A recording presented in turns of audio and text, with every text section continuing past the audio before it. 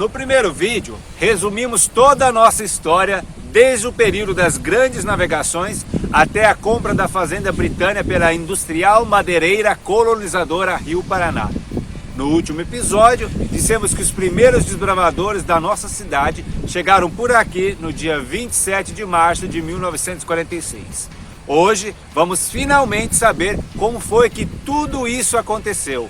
Eu sou Joel Muniz e você está no Toledo Bike Tour.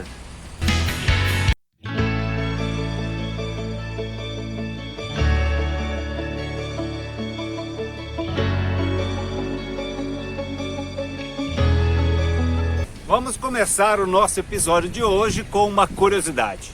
Você saberia me dizer qual a origem da palavra Maripá?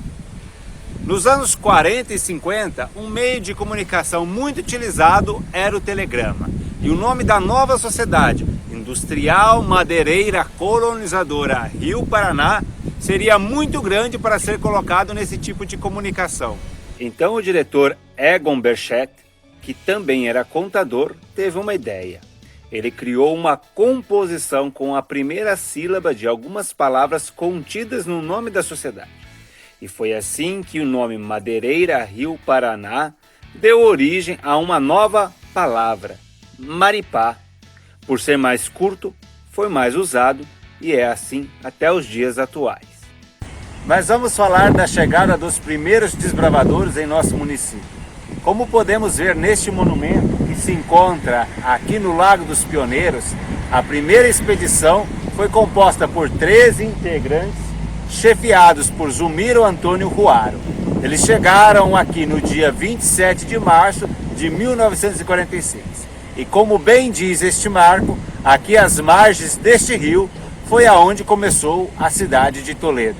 Só para não criarmos nenhuma confusão com os nomes, você deve se lembrar que no primeiro vídeo dissemos que o senhor Alberto Dal Canale, juntamente com Alfredo Ruaro, visitaram essas terras e decidiram pela compra das mesmas da Fazenda Britânia. Alfredo Ruaro ficou responsável por organizar a vinda dos primeiros pioneiros, mas foi o seu irmão, Zumiro Ruaro, que coordenou a vinda do primeiro grupo. Alfredo chegou com o segundo 3 dias depois. Porém, no episódio de hoje, eu não quero tratar exatamente dos primeiros dias da nossa cidade, mas sim da viagem que estes desbravadores realizaram do Rio Grande do Sul para cá e das dificuldades encontradas durante esse percurso. E não seria exagero nenhum da minha parte em dizer que esse deslocamento foi uma verdadeira epopeia, com a duração de 38 dias que esse grupo de conquistadores tiveram de enfrentar para chegar por essas terras. Alfredo Ruaro foi o responsável por implantar o projeto da Maripá e convidou o seu irmão, Zumiro, 3 anos mais velho que ele, para ser o seu assistente nesta obra. Embora Zumiro não tivesse experiência em projetos de colonização, ele era reconhecido por ser um líder nato e excelente gestor de pessoal. Características essas essenciais para o desenvolvimento dessa nova empreitada. Após receber o apoio financeiro de Kurt Berchett, Alfredo Ruaro adquiriu 2 caminhões, um Ford e um Fargo, que serviriam para o transporte do pessoal do Rio Grande do Sul para cá, e também para as diversas atividades a serem desenvolvidas posteriormente por aqui. Depois de quase um mês de preparativos, o primeiro grupo de desbravadores, liderados por Zumiro Ruaro, deixou a cidade de São Marcos no dia 17 de fevereiro de 1946, tendo como transporte o caminhão Ford. Eles deveriam cruzar o Rio Uruguai, passar por Chapecó e daí por diante seria tudo desconhecido. Sua primeira meta seria chegar a Laranjeiras do Sul, que naquela época era a capital do território do Iguaçu. Se hoje reclamamos do trânsito nas estradas, naquela época eram as estradas a provocar dores de cabeça, mesmo porque o tráfego de caminhões era praticamente inexistente e as estradas acostumadas somente a carroças de tração animal não era exatamente um paraíso para os veículos motorizados, principalmente pelo fato de ter sido um mês de fevereiro bem chuvoso. Para dormir, se estendia uma lona no chão. Alguns se acomodavam em colchões ou no próprio caminhão em meio à carga e puxavam uma outra lona por cima para se protegerem do sereno. O responsável pela alimentação era o Sr. Atalípio Boni, que enquanto havia um bom estoque de comida, estava se saindo muito bem na alimentação do pessoal. Após quase um mês de viagem, a caravana chegou a Laranjeiras do Sul e puderam se hospedar em um hotel, dormir em uma cama e comer uma refeição normal. Mas engana-se quem pensa que as coisas seriam mais fáceis daí para frente. As estradas eram ainda piores por esses lados e para agravar a situação, a comida estava no fim. O Sr. Atalípio disse que o pessoal estava comendo demais e decretou somente o bolinho de fubá. E assim foi por 4 refeições até chegarem a um lugarejo chamado Guaraniaçu. Lá descansaram em um hotel e se abasteceram de comida para seguir viagem no dia seguinte. Nesse momento, uma coisa passou a preocupar Zumiro Ruaro. Cascavel se encontrava a 75 quilômetros e eles não tinham conseguido gasolina em Guaraniaçu. Bom, você já deve imaginar o que aconteceu. Faltando mais ou menos 30 quilômetros para chegar a Cascavel, a gasolina acabou e o caminhão parou. Sem perder tempo, Zumiro e Avelino Preto partiram a pé para buscar o combustível. No caminho, alugaram de um sitiante 2 burros, o que facilitou a viagem naquele momento. Chegando a Cascavel, tentaram conseguir o combustível em uma comissão militar existente, mas o comissário lhe negou.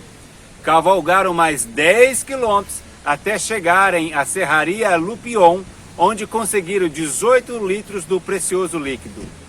Os dois ainda tiveram a sorte de encontrarem no retorno um caminhão que ia para Guarapuava, no qual pegaram uma carona. Mas como a lata em que estava a gasolina não possuía tampa, com os solavancos, boa parte do líquido se perdeu no deslocamento.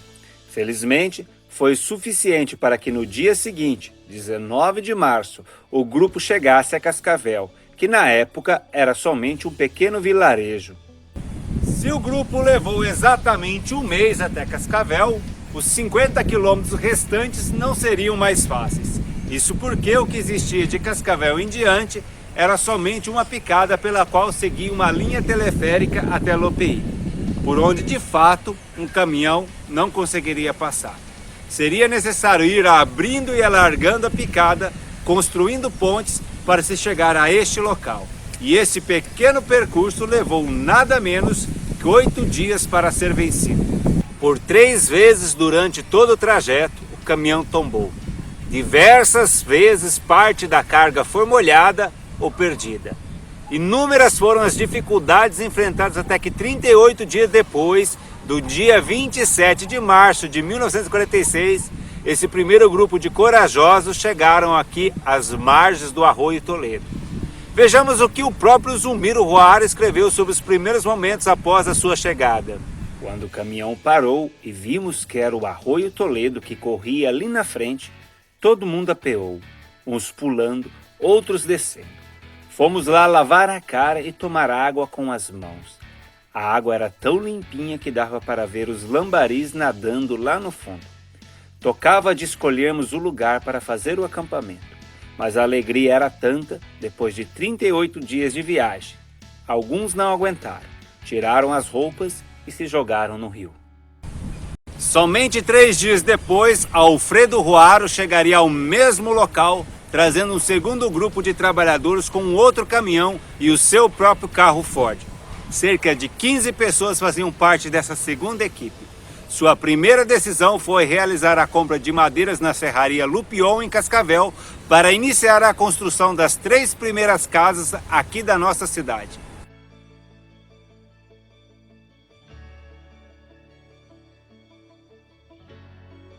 A chegada ao Arroio Toledo é somente o início de outra grande viagem, muito maior e que envolveria muito mais pessoas. A partir de agora, a história passa a ser vivida em nosso próprio território. Mas se engana quem acha que nós já chegamos à parte do então viveram felizes para sempre. Muitas dificuldades deveriam ainda ser superadas. E se você quer conhecer quais e como elas foram vencidas, eu te convido a se inscrever no nosso canal, acionar o sininho de notificações para não perder os próximos vídeos. Não se esqueça também de curtir e compartilhar com os amigos a nossa história, para que todos possam conhecer os fatos ligados ao nosso município, de um jeito diferente, no Toledo Bike Tour.